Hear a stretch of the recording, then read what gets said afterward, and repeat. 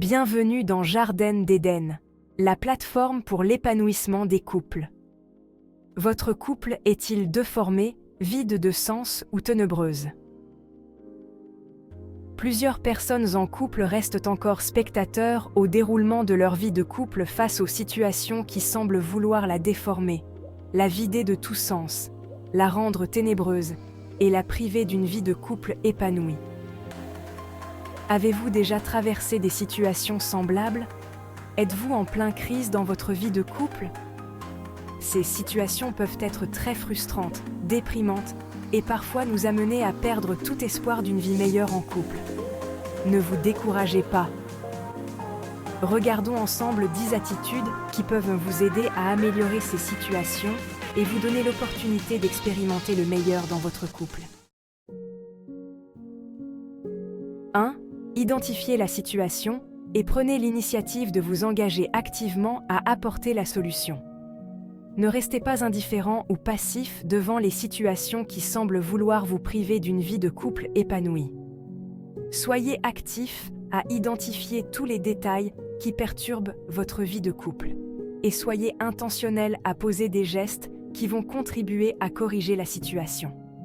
Souvenez-vous, pour qu'une maison reste constamment propre, il faut un effort intentionnel pour la nettoyer, mais pour qu'elle devienne sale avec plein de poussière, vous n'avez pas forcément d'effort à faire.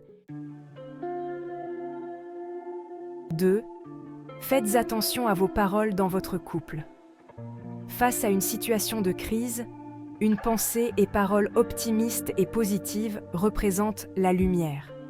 La lumière éloigne les ténèbres.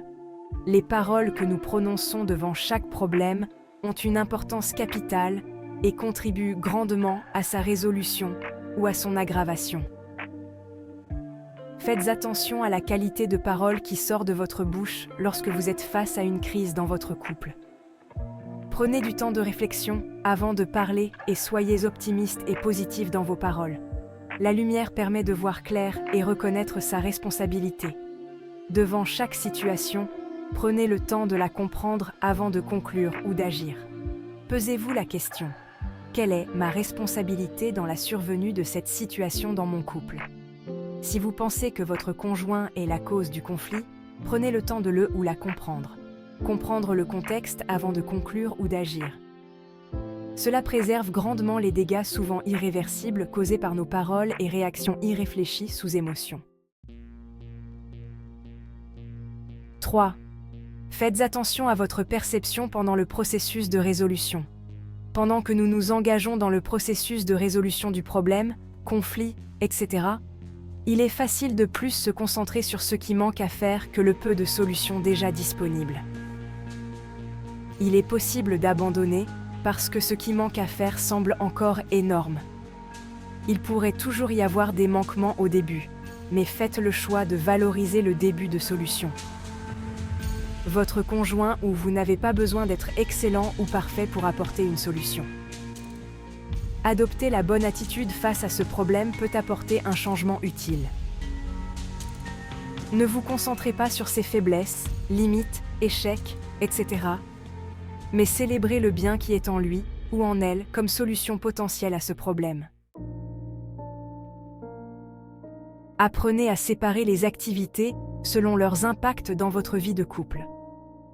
Les solutions qui existeront pour ce problème seront toujours confrontées aux causes qui cherchent à maintenir le problème ou la crise.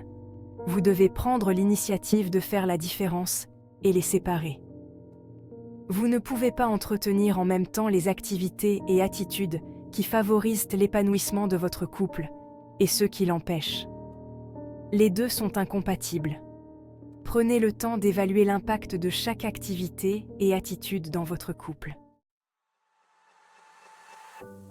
Ayez un plan d'action.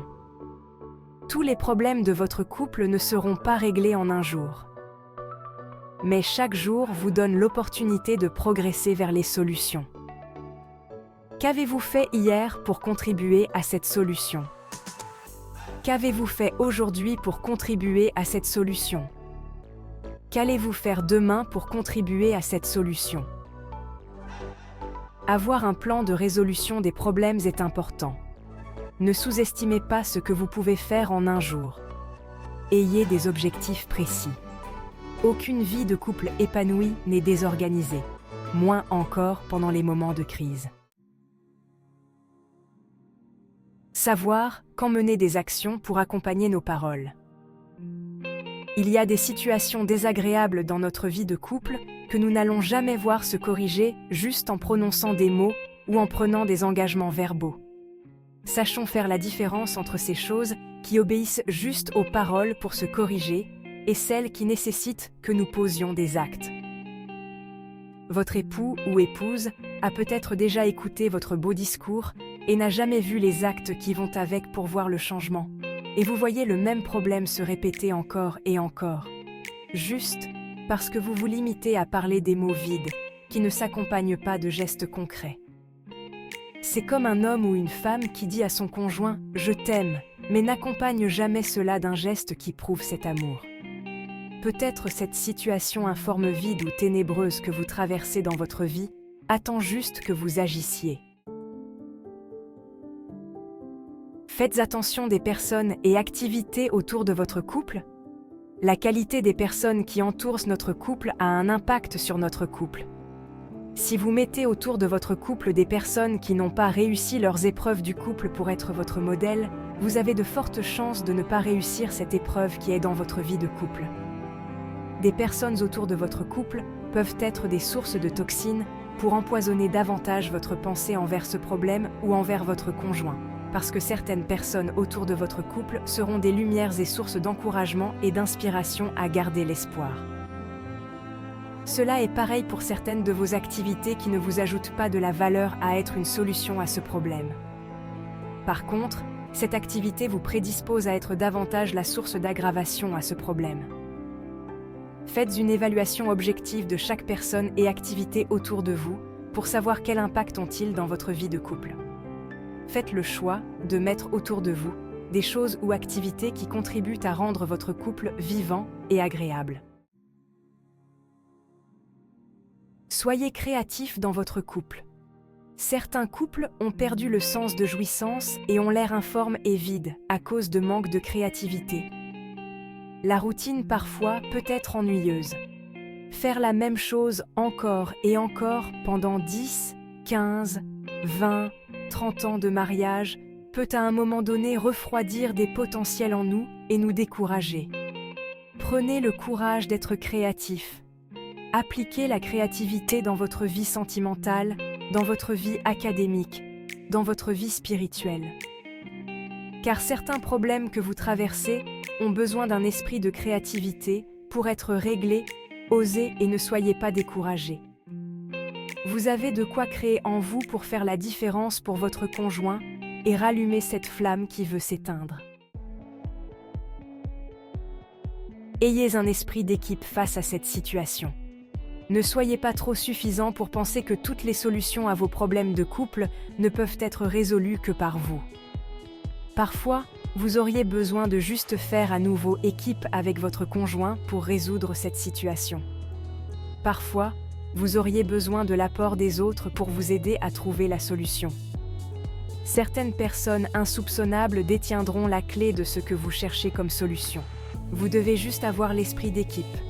Associez-vous à des personnes qui peuvent contribuer à quelque chose de positif dans la situation et non ceux qui contribuent à la dégrader davantage. Prenez ensemble une pause après chaque victoire. Merci d'avoir suivi cette vidéo. N'hésitez à vous abonner, liker et partager pour ne manquer aucune de nos vidéos.